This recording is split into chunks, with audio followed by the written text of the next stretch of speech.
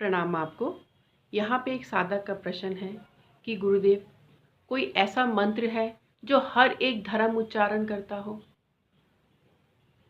थोड़ा सा आप मुझे इसके बारे में बताएं गुरुदेव। प्रणाम आपको और प्रणाम आप सभी को।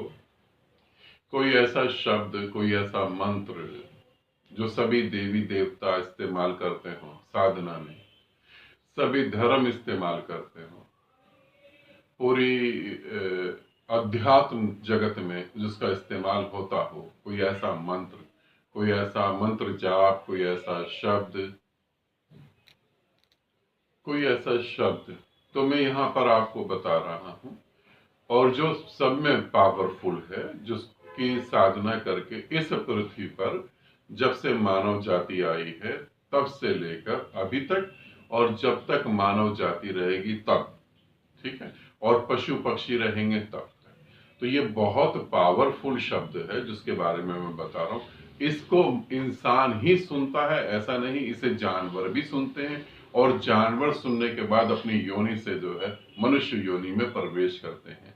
मनुष्य इसे जपता है तो वो देवताओं की श्रेणी में जाता है, देवता इसे जपते हैं तो वो मोक्ष की श्रेणी में जाते हैं, ठीक है।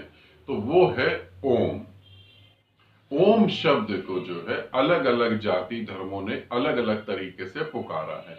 किसी ने उसे, हर एक जाति ने, हर एक धर्म ने उसे अलग अलग तरीके से बोला है। जैसे हिंदुओं में उसे ओम कहते हैं, किसी में आमीन कहते हैं, किसी में ओंकार कहते हैं, किसी में जो है साइलेंट साउंड कहते हैं।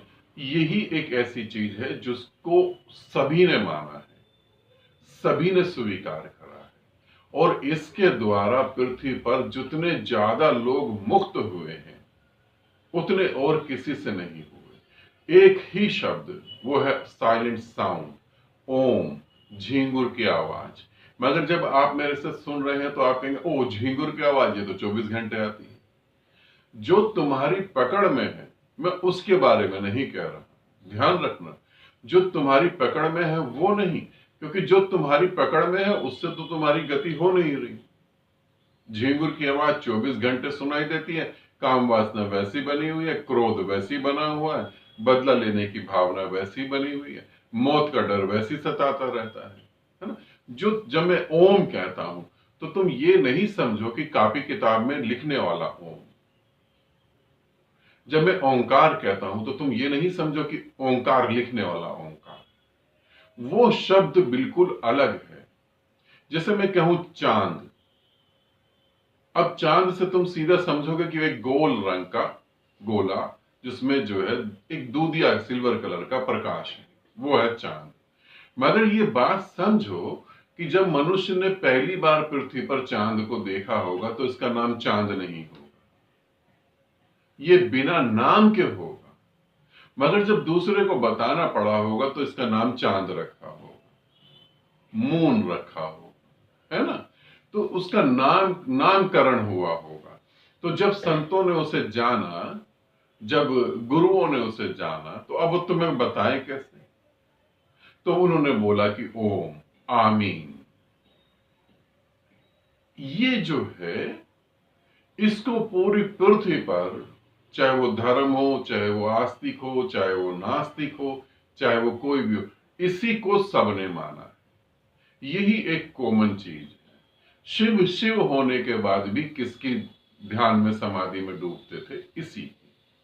राम राम होने के बाद भी किसका ध्यान करते थे? हाँ, हिंदू धर्म में बताया ना कि राम ध्यान करते थे शिव का, शिव ध्यान करते थे नारायण का, नारायण ध्यान करते थे विष्णु का।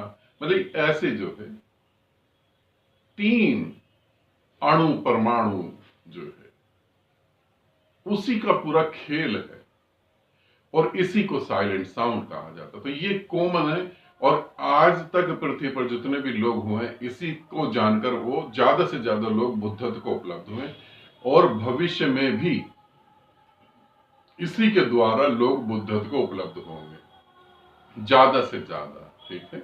आनंदित रहो, सदा खुश रहो। बहुत बहुत प्रेम आप सभी को।